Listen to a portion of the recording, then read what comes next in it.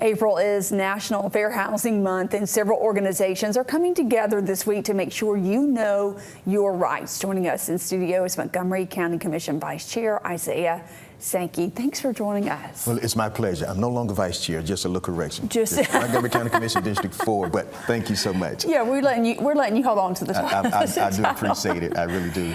Why is it important to mark Fair Housing Month? Well, let me say this first of all. This is our second annual housing summit in recognition of Fair Housing Month. You know, that legislation was passed back in 1968, the Fair Housing Act that prevents or prohibits discrimination based upon race, color, creed, sex, national origin, religion, familial status.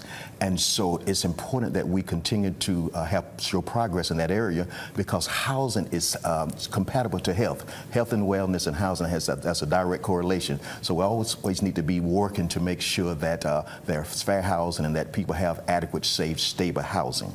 Why did you decide to host this for a second year? Well, because it's so important, and the title or the theme for this year is Safe and Stable Housing, Steps to Better Health. And as I said, health and housing, that's a direct correlation and so forth. And so we need to be aware, at least the citizens need to be aware of all the resources that are at their disposal to help enhance the quality of life through housing. And so we have a number of stakeholders, number of partners that are joining us this year. We have Central Alabama Aging Consortium. They're going to be there to talk about home modification for the elderly. We have the Montgomery Housing Authority. We have a new organization that's joining us, Manufactured Home Commission of Alabama. You know, manufactured homes are a choice or an alternative and so forth as it relates to having things in place for stable, safe housing. So they're going to join us for the first time. And then the Black Belt Unincorporated Wastewater Program.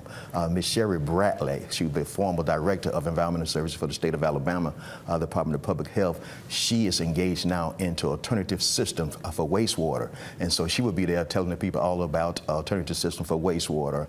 And of course, we have in addition to that, we have Legal Services of Alabama. Sometimes, there's issues with titles and deeds and so forth, so the citizens can't not avail themselves of the programs that we have that they might qualify for in terms of critical home repairs. So we'll have Legal Services there to help people clear titles and give them instructions regarding that. You talk about those critical home repairs, because often it's a home repair that needs to be made that's causing that power bill to go up, and they're paying more for that, so they're still struggling to get out of poverty, and it seems to be just this cycle they can't get out of. But when you put all these resources together, they start getting that help they need. Absolutely. And things start getting brighter for them. You're right on time with that. Home ownership creates generational wealth.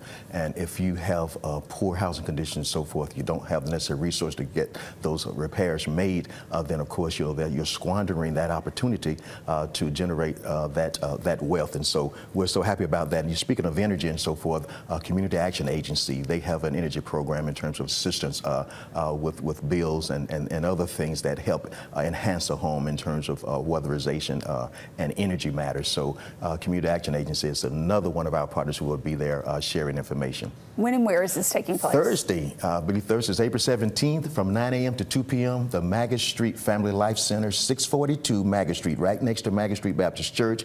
And by the way, I want to thank Maggott Street Community Development Corporation as being a partner, and also the Health Equity Institute of Alabama has partnered with us to present this. And so lunch will be served 9 a.m. to 2 p.m. Just a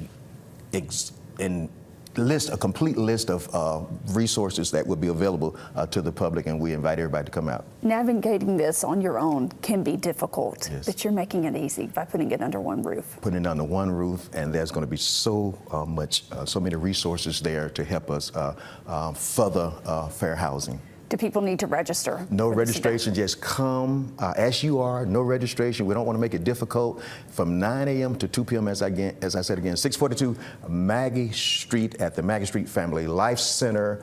This is our opportunity to help commemorate Fair Housing Month. And as I said, the theme is safe, stable housing, steps to better health. You have stable housing, you have better health, you feel secure, and things start falling into place. All of those things are important, yes, and we thank you all here at WSFA for helping us to get the message out. Thank you for joining us and doing this for our neighbors.